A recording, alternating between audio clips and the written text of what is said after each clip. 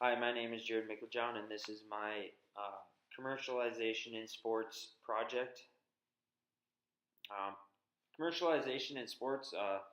This is the part of the sports that are talking about popular or publicizing the sports, selling items, doing other things like that.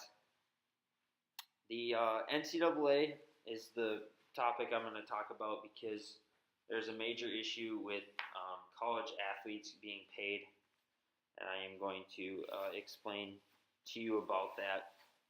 Um, NCAA doesn't allow players to be paid or compensated for their actions because they are not technically employees, according to the NCAA. The NCAA, though, is really not concerned anymore about the athletes um, and the money because they're a nonprofit organization and they are just trying to find ways to bring in more and more money, and some of that is given to respected um, colleges, but at the same time, it's not given back to the athletes. So, Skip Bayless, I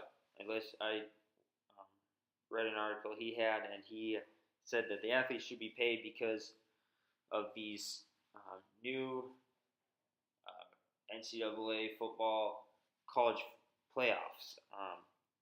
The ESPN is paying the NCAA $5.64 billion over the next 12 years to televise 3 football games. So, in my opinion, that's just a lot of money to just televise 3 games. Granted, ESPN will get all their money from the um, the commercials and all that stuff so they can actually make money from the event. Um, he also mentioned that the boosters are giving money under the table, so let's just let them do it with it being legal. I think that's a good point. I mean, it's happening all the time, so why not just allow it to happen legally instead of having sanctions for it? Because people are doing it regardless if people find out or not. So, moving on to the next article that I found. This is Jalen Rose talking about the NCAA March Madness and his take on how white athletes should be paid.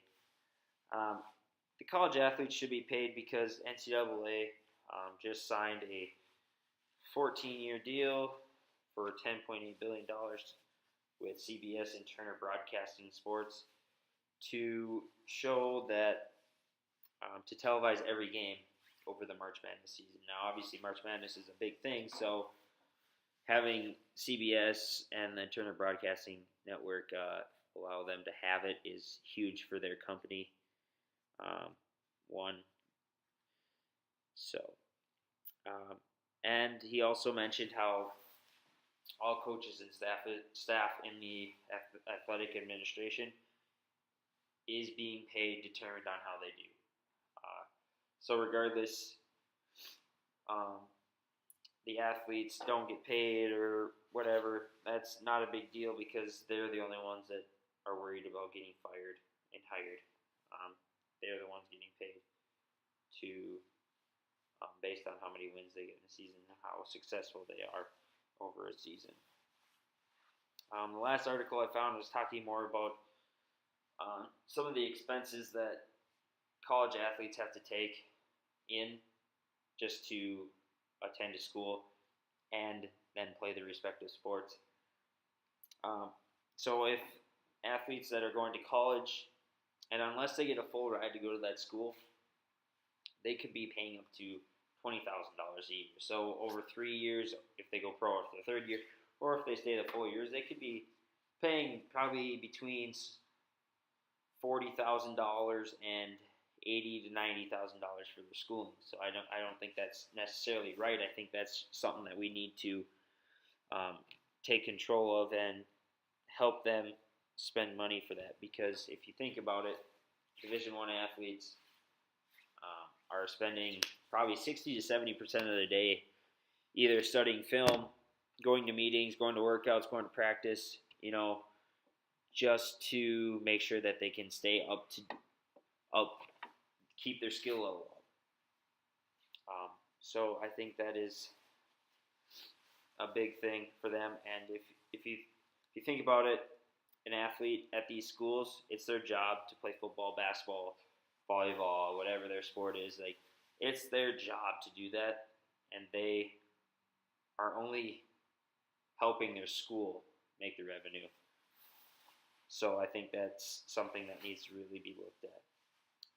My name is Jared Micklejohn, and this was my project. Thank you for viewing it, and I hope that you've learned something from me today.